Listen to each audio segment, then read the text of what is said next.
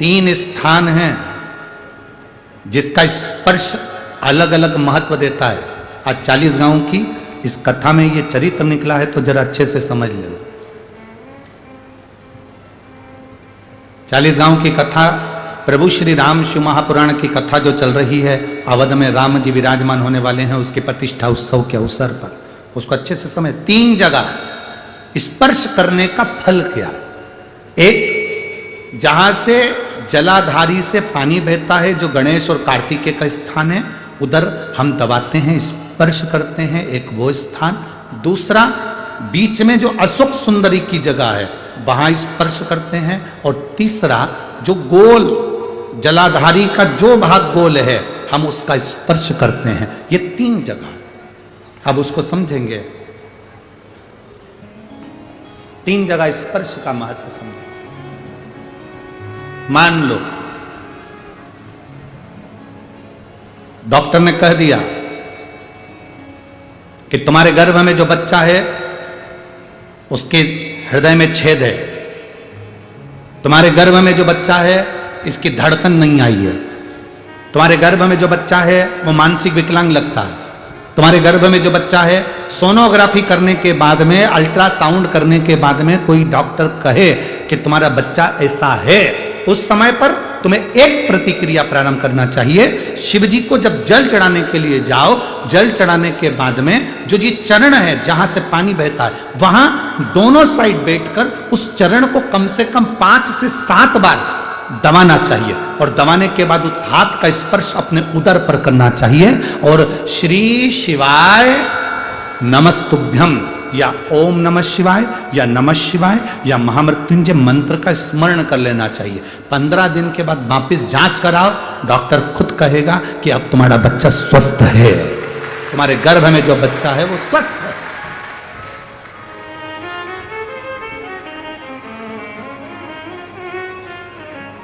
दूसरा स्पर्श, शिवलिंग, जलाधारी, दोनों चरण, बीच में अशोक सुंदरी। दूसरा स्पर्श अशोक सुंदरी का। किसी लड़के की उम्र, किसी लड़की की उम्र 35 साल हो गई, 40 साल हो गई, 25 साल हो गई, 30 साल हो गई, विवाह का कोई योग नहीं बन रहा।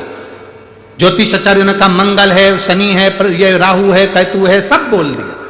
आप अपना जल चढ़ाओ महादेव को, जो लड़का लड़की है वो जल चढ़ाएं, बेलपत्री का स्पर्श अशोक सुंदरी वाली जगह पर कर कर शिव जी को चढ़ाएं और 2 मिनट उस अशोक सुंदरी की जगह का स्पर्श कर कर अपने मन की बात श्री शिवाय नमस्तुभ्यम कहकर या पंचाक्षर या षडाक्षर मंत्र कहकर उस स्थान का स्पर्श कर कर बाबा से विनती करें। 3 से 4 महीने में संबंध जमेगा ही, ये निश्चित है।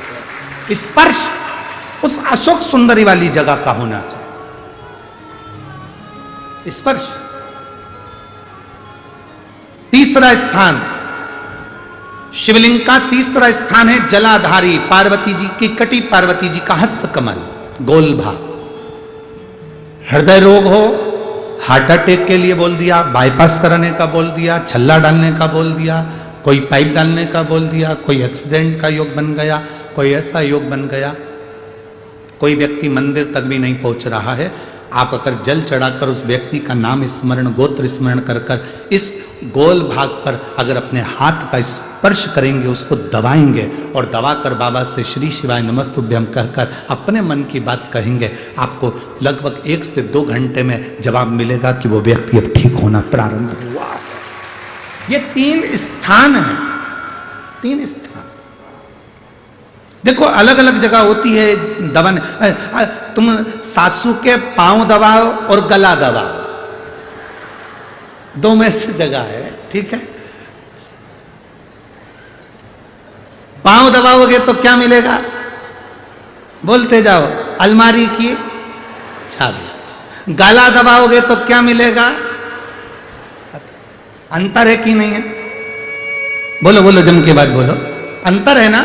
गला दबाने में, पांव दबाने में अंतर है। पहले जो चेहरे पे लगाने का ट्यूब आता था ना, तो ऐसे बड़े ढक्कन का आता था, ऐसा ढक्कन खोलो, उनमें से ऐसी उंगली डाल के ना पोत लो, ठीक है। और फिर वो ढक्कन को वापस ऐसे लगा दो और अपनी श्रृंगारदानी पर रख दो। आज के ज़माने में जितने भी ट्यूब आते हैं ना, वो इतने लंबे रहते हैं और उनको नीचे से ऐसे दबा दो, दबाते से ट्यूब बाहर, आते से मुंडा पे पुतलो। ठीक है, अब सोचो, पहले का समय था कि इसमें उंगली डालकर फिर उसमें से क्रीम निकालकर लगाना पड़ा। आज का समय है नीचे से दबाओ, क्रीम बाहर। उसी तरह पाँव सासू के दबाओ, चाबी बाहर। पाँव दबाओगे और चाबी मिलेगी, अंगूठी, चेन, हाथ। तुम रोज सांस को सांस मत समझो, क्रीम समझो, ब्यूटी क्रीम।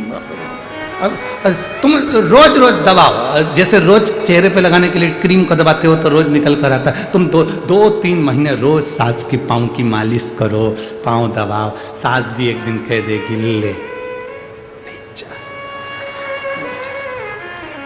मम्मी तुम मेरा अकेली को दोगी और जीजी को जेठानी को नहीं दोगी तो उसको बोला वो दबा रही क्या मेरे पाँव? पाँव तो तूने दबाए ना, ले जा जा। एक प्लाट सोने की चैन, चाबी जो दबाता है उसको मिलता है। तुम प्रैक्टिकल करके देखो, आज से चालू। तुम यहां से जाने के बाद जब चालू हो जाओगी तो सास भी सोचेगी आज महाराज क्या बोला है। आज जिंदगी में वो कहते ना सूरज कहां से निकल गया, इतना आज महाराज ने क्या बोला।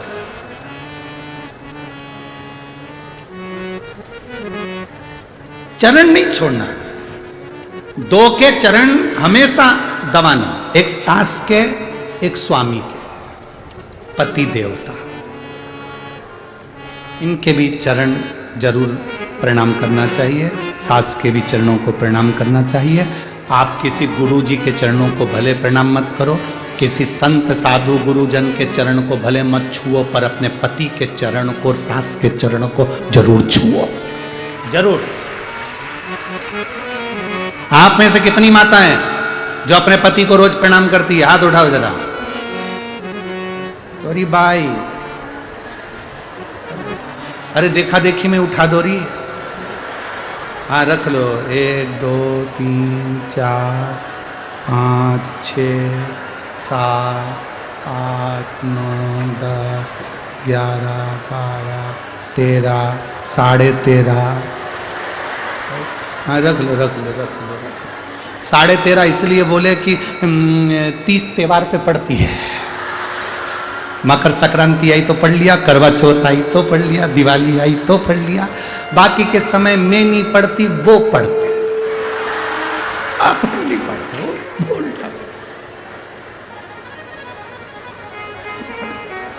पढ़ना चाहिए, परंतु दीनबंधु दयालु दया कीजिए। कल से जो अपने पति को प्रणाम नहीं करे उसे उठा लीजिए। अरे प्रणाम करने में कुछ जाता है क्या? करना चाहिए। पहली बार तुम्हें शर्म आएगी, सिर पे पल्लू लेकर पढ़ लो। पति को भी पहली बार पांव पड़ाने में शर्म आएगी, 500 का नोट देगा कि कभी जिंदगी में उसने अच्छा काम किया है, प्रणाम किया। करना चाहिए। हार हार महादेव। प्रणाम करने में पीछे नहीं हटना, प्रणाम करो। 3 जगह फिर समझ लेना।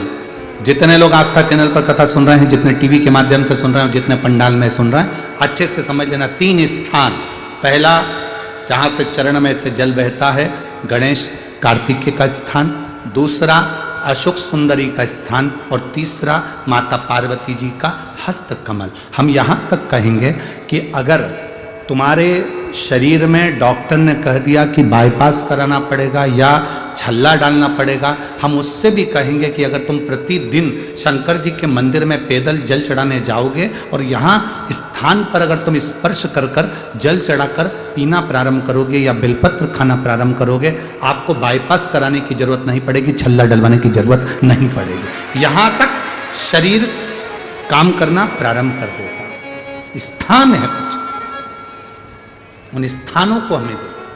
वो स्थान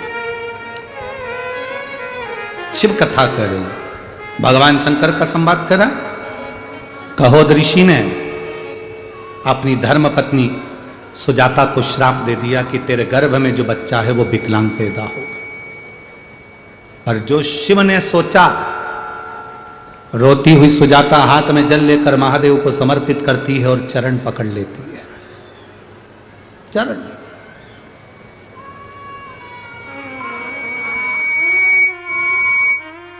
चरण पकड़े सुजाता।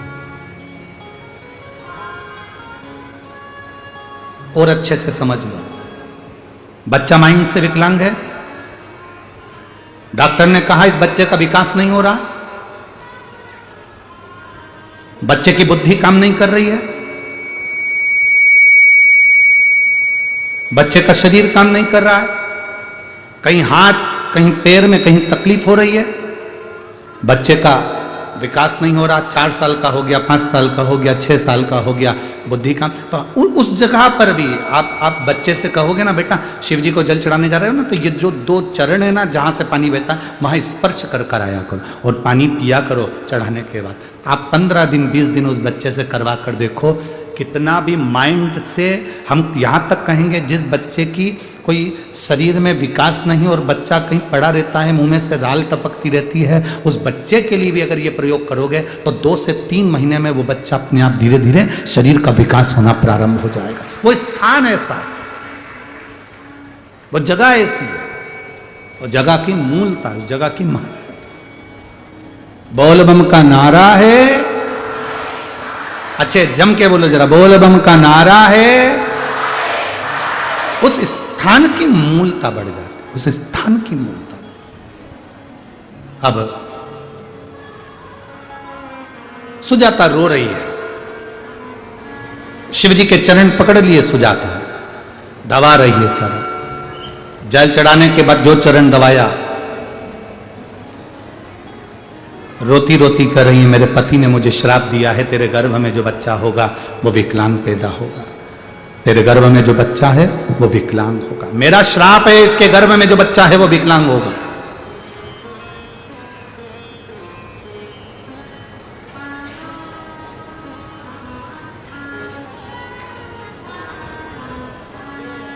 शिव कृपा करें, सुजाता आंखों से आंसू बहा रही है, नैनों से नीर बह रहा है, रोती जा रही है, भीतर से अश्रु बह रहे। बाबा देवादिदेव महादेव सुजाता के सामने प्रकट होकर, क्यों रो रही है? तेरे पति ने तुझे श्राप दिया, तेरा बच्चा विकलांग होगा, इसलिए चिंता मत कर, टेंशन मत ले। हाँ, तेरे पति के श्राप से तेरा बच्चा विकलांग तो होगा, पर मेरा वर है, तूने मेरे चरण का स्पर्श करा, रोज जल चढ़ाने के बाद तू मेरे चरण को स्पर्श करती है, इसलिए तेरा जो गर्भ में बच्चा होगा वो भले विकलांग होगा पर संपूर्ण विश्व का कल्याण करने वाला पैदा होगा, संपूर्ण विश्व का कल्याण करने वाला। और केवल संपूर्ण विश्व का कल्याण नहीं, तेरे पति का भी कल्याण वही करेगा। आए तो उसको बड़ा बुरा लगता है। बेटा बाप को सत्य का आईना दिखाए तो बुरा नहीं लगना चाहिए, बाप बेटे को सत्य का आईना दिखाए तो बुरा नहीं लगना चाहिए, बुरा ना लगे।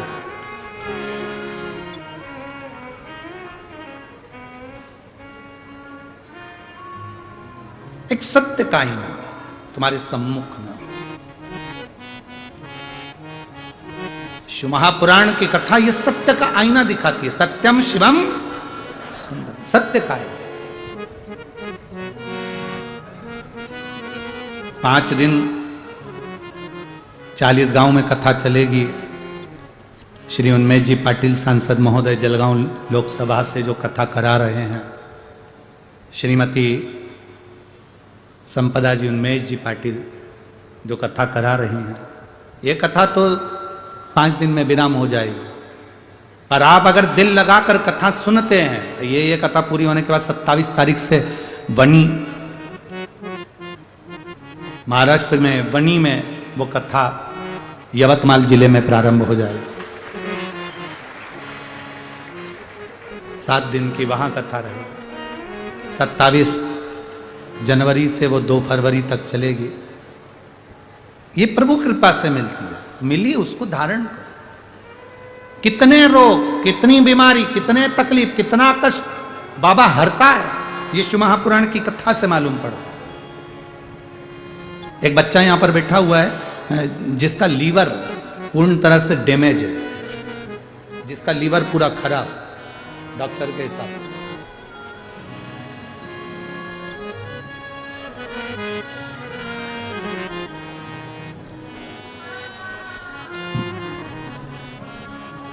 मीना भगवान खेरे, भोपाल BHEL पिपलानी से हूं। कहीं बैठी हो तो हाथ हिला सकती है। आप ही हैं? दोनों हाथ हिला दो।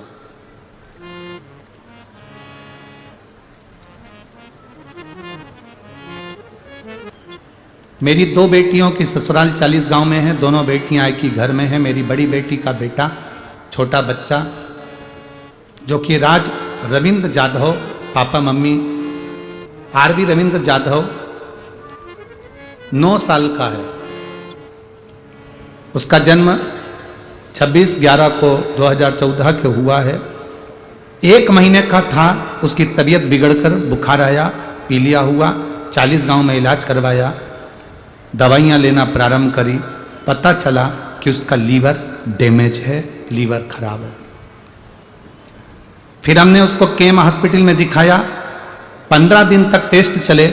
पता चला कि बच्चा का जब लीवर बेकार है उसका ऑपरेशन करना पड़ेगा। हम 4 लाख रुपए खर्च कर कर बच्चे का ऑपरेशन ताड़तोड़ करवाया और ऑपरेशन होने के बाद भी बच्चा 1.5 महीने तक ठीक नहीं हो पाया। बच्चा आया है क्या साथ में? आया हुआ है? लिया उसको इधर, लिया लिया।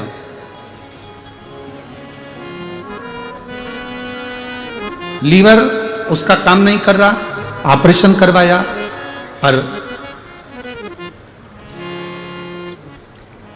लीवर ठीक नहीं हो पाया। वापिस बच्चे को तकलीफ होने लगी। हम उसे पुणे के हॉस्पिटल में ले गए। उसका लीवर का प्रॉब्लम ठीक नहीं हुआ। उसको फिर दिखाया तो डॉक्टर के हिसाब से एक बड़ा ऑपरेशन का फिर बोला कि इसका लीवर पूर्ण तरह से डैमेज है, इसका ऑपरेशन करना पड़ेगा। खर्चा 25 लाख का बताया। इतना पैसा कहां से लाते गुरुदेव? सिलाई का काम करती हूं, मेरे दामाद दुकान पर काम करते हैं, दामाद पास इतना पैसा नहीं था। बच्चे की जान कैसे बचाएं समझ में नहीं आया। डॉक्टरों से हमने कहा कि आप थोड़े दिन का समय दो। डॉक्टर कह रहे हैं अगर इसका लीवर का ऑपरेशन नहीं होगा तो ये बच्चा पूर्ण तरह से बेकार हो जाएगा, इसका ऑपरेशन जल्दी से जल्दी करना पड़ेगा।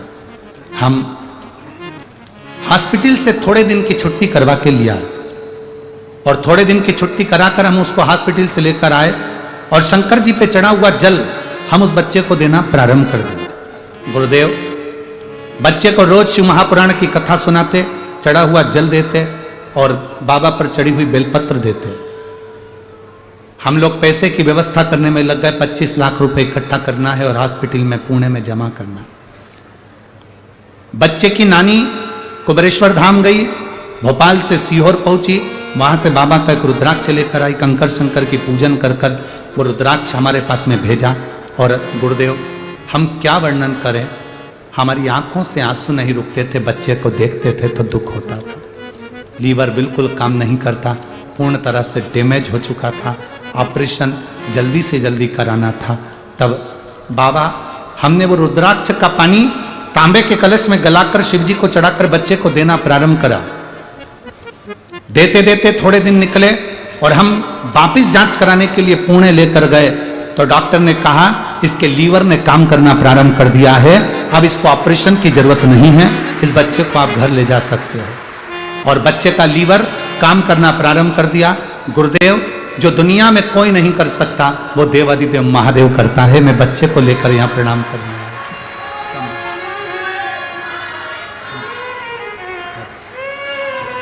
आजा बैठ जा, चढ़ जा ऊपर, चढ़ ऊपर।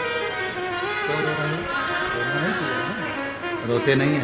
अच्छा खुश हो अब तो ठीक हुआ ना, तो नहीं रोना नहीं है ना, रोते नहीं। खुश होकर श्री शिवाय, श्री शिवाय नमस्ते उद्यान। रोते नहीं? अच्छा खुश खुश होकर बाबा ने तेरे को ठीक कर दिया ना।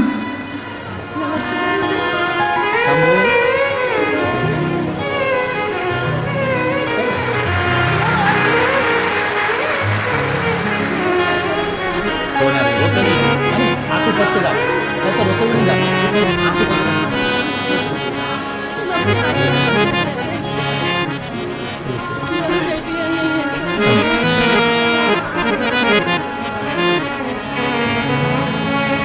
अरे लुटा दिया भंडार काशी वाले, कर दिया माला काशी वाले, लुटा दिया भंडार काशी वाले, कर दिया माला काशी वाले। शिव कथा कर रही है, भगवान शंकर का संवाद कर रहा, खाली नहीं छोड़ता।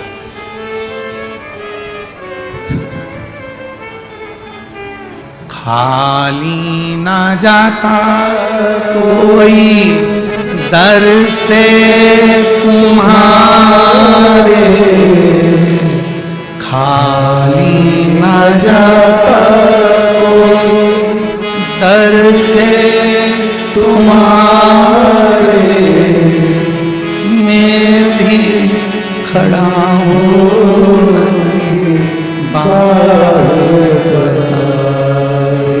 अपने से लगा लो, गिरा उठा लो, भोले अपने दर से अब तो ना टालो, गिरा जा रहा उठा लो। उसका भरोसा प्रबल है, जितना भरोसा प्रबल होगा उतना मिलना आसान मिलता है।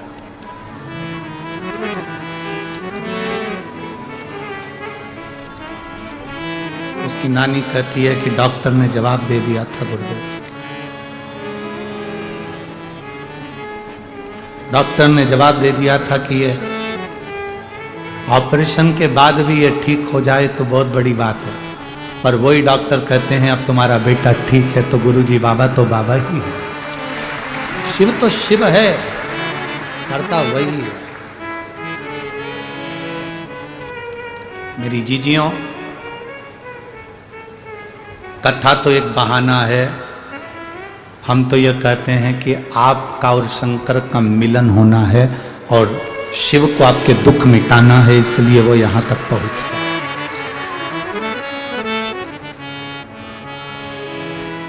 शिव को दुख मिटाना है इसलिए।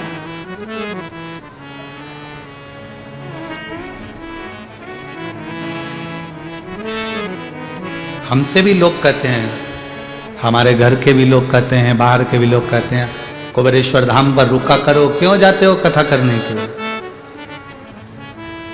क्यों इतनी दूर दूर कथा करने जाते हो, सीओर रुको ना कुबेरेश्वर धाम पर, क्या करना, सारी दुनिया के लोग यहीं आएंगे, तुम्हें कहाँ जाने की जरूरत है, क्यों जाते हो।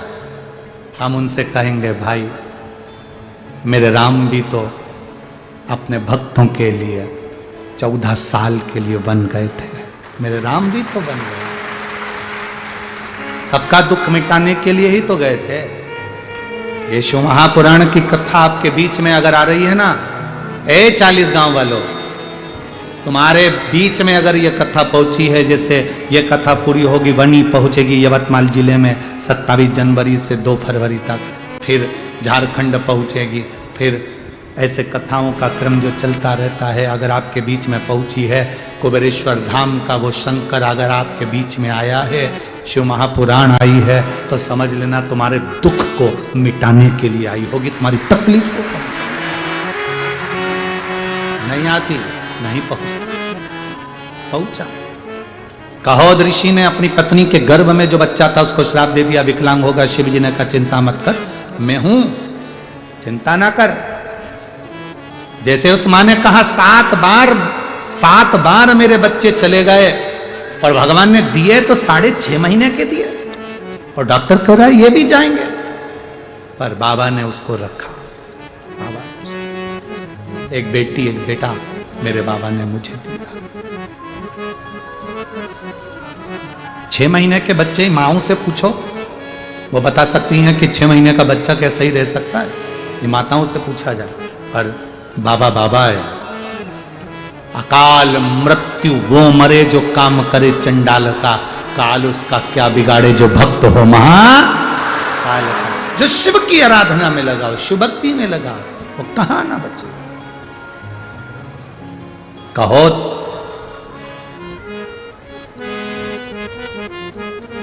कि धर्म पत्नी सुजाता के गर्भ से एक बच्चे ने जन्म लिया जो 8 जगह से टेढ़ा था। 8 जगह से विकलांग था। उसका नाम अष्टावक्र जी रखा गया। वो अष्टावक्र जी 4 वर्ष की अवस्था धारण कर कर भगवान की भक्ति में डूब गए। इतने भजन करे, इतना तप साधना करा। एक बार अष्टावक्र जी को मालूम पड़ा, उनके पिता कहोद ऋषि राजा जनक के यहां पर गए, और राजा जनक के यहां पर एक यज्ञ रखा गया था, जिस यज्ञ को करना तो था, पर उस यज्ञ का नियम था कि उस यज्ञ को करने से पहले बंदी ऋषि, एक ऋषि थे जिनका नाम था बंदी, वो ऋषि उसको शास्त्रार्थ में हरा दे। जो बंदी ऋषि को शास्त्रार्थ में हरा देगा वही इस यज्ञ को करा पाएगा। और अगर बंदी ऋषि शास्त्रार्थ में नहीं हारे तो जो व्यक्ति शास्त्रार्थ में हारा है उसको नदी में डूबकर प्राणों को त्यागना पड़ेगा। कहोद ऋषि राजा जनक के यहां यज्ञ करवाने के लिए गए तो बंदी ऋषि से शास्त्रार्थ हुआ।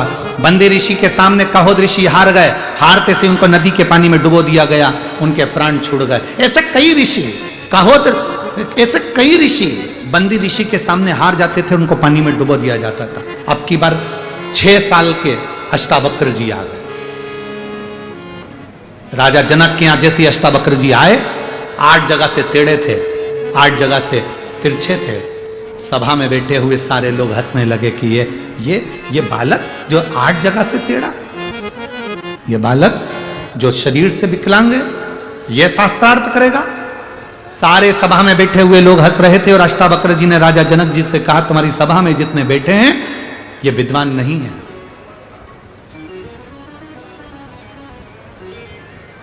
तुम्हारी सभा में जितने बैठे हैं ये विद्वान नहीं है।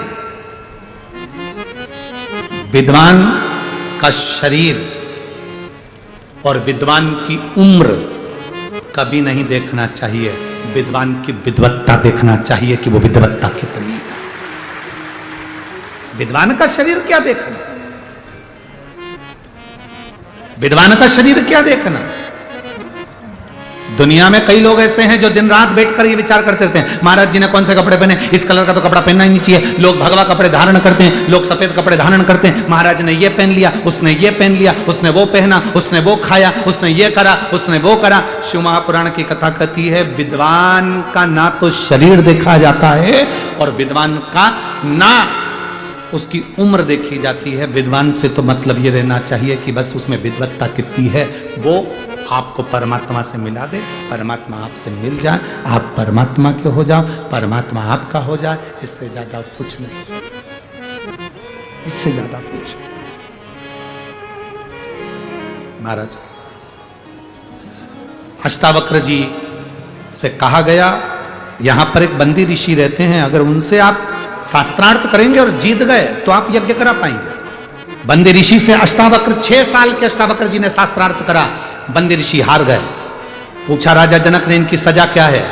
जो सजा ये सारे ऋषियों को देते थे वही इनको दिया जाए, इनको पानी में डुबो दिया जाए। बंदी ऋषि को पानी में डुबोने लगे, हाथ जोड़कर बैठ गए बंदी ऋषि, मुझे पानी में मत डुबो। जितने ऋषि पानी में डूबकर मरे थे मैं उनको वापिस जीवित करता हूं और हाथ में जल लेकर सबको वापिस उस नदी से बाहर निकाल दिया, जिसमें अष्टावक्र ऋषि के पिता भी थे कहोत। कहोत की आंख से जल बहने लगा अपने बेटे को देखकर कि जिस बेटे को मैंने विकलांग होने का श्राप दिया था, आज उसी बेटे ने मुझे वापिस जीवित कर दिया।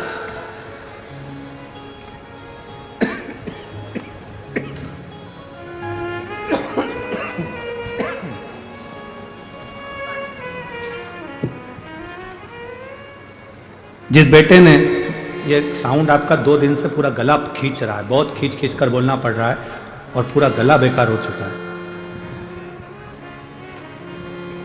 अष्टावक्र जी, मेरे बेटे ने मुझे बाहर निकाल दिया, मेरे बेटे को गले से लगा लिया, हृदय से लगा लिया। आज मेरा बेटा मुझे बचा लिया। जिस बेटे को मैंने श्राप दिया था, जिस बेटे को मैंने श्रापित करा था, उस बेटे ने मुझे बचाया। कभी कभी अपने कर्म पर भी अपन को रोना आता है कि मैंने गलत क्यों कर दिया। आप में से कई माताएं ऐसी बैठी है और कई भाई ऐसे बैठे हैं, किसी को गाली देने के बाद, अपशब्द कहने के बाद में पछतावा होता है कि मैंने अपशब्द क्यों बोला, मैंने क्यों गुस्सा करा, मैंने क्यों क्रोध करा, मैंने क्यों आड़ा टेढ़ा बोला, मैंने क्यों किसी को अपशब्द बोला। हम किसी को पहचानते नहीं, हम किसी को जानते नहीं, हम किसी से मिले नहीं, हम किसी से जुले नहीं, उसके बाद हमारे मन में हम पाप लेकर आ गए, हमने उसकी बुराई करना प्रारंभ कर दी, हमने उसके लिए गलत बोलना प्रारंभ कर दिया, हमने उसके लिए मोबाइल पर गलत गलत कमेंट्स करना प्रारंभ कर दिया। हम उससे मिले ही नहीं आज तक, हम उससे बात ही नहीं कर रहे आज तक। किसी ने किसी के लिए बुरा लिखा और तुमने उसके लिए बुरा लिखना प्रारंभ हो गया। अरे भाई, एक बार तो उससे मिलते, एक बार तो उससे जाकर बैठते, उससे चर्चा करते, इसके बाद अगर वो गलत होता तो तुम खूब कमेंट्स करो।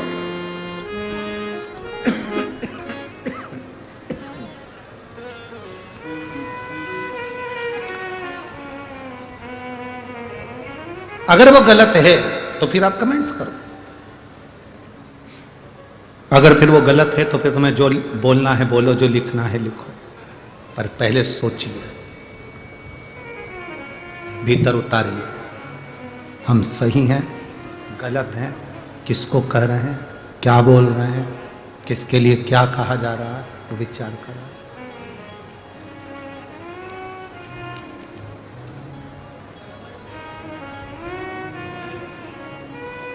एक विचार अपने भीतर लेकर,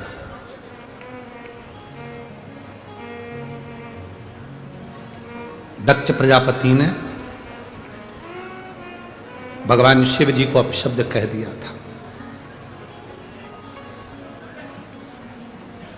केवल एक कारण था, दक्ष प्रजापति ने भगवान शंकर को कहा कि तुम शमशान में निवास करोगे और मेरे घर के यज्ञ में तुम नहीं आओगे।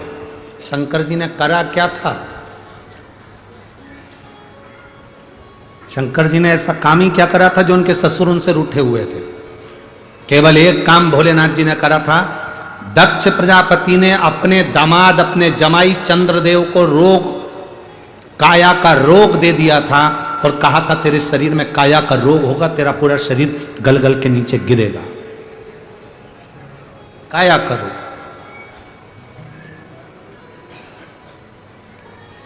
तेरा शरीर गलगल के नीचे गिरेगा, तेरे शरीर को काया का रोग। चंद्रदेव ने शंकर जी की आराधना करी थी तो शंकर जी ने उसकी काया के रोग को ठीक कर दिया। काया का रोग ठीक हुआ तो ससुर को गुस्सा आ गया कि मैंने श्राप दिया और शिव जी ने इसको ठीक कर दिया। मैंने श्राप दिया और शंकर भगवान ने इसको ठीक कर दिया। शंकर उनके दुश्मन बन गए, शिव जी उनके द्रोही बन गए और उन्होंने शंकर भगवान को अपने यहां यज्ञ में नहीं बुलाया। सती माता अकेली गई, कूद कर यज्ञ अग्नि में सती माता ने प्राणों को त्याग दिया। वो हिमालय राज की बेटी माता पार्वती बन गई। खूब तप करा माता पार्वती ने, खूब।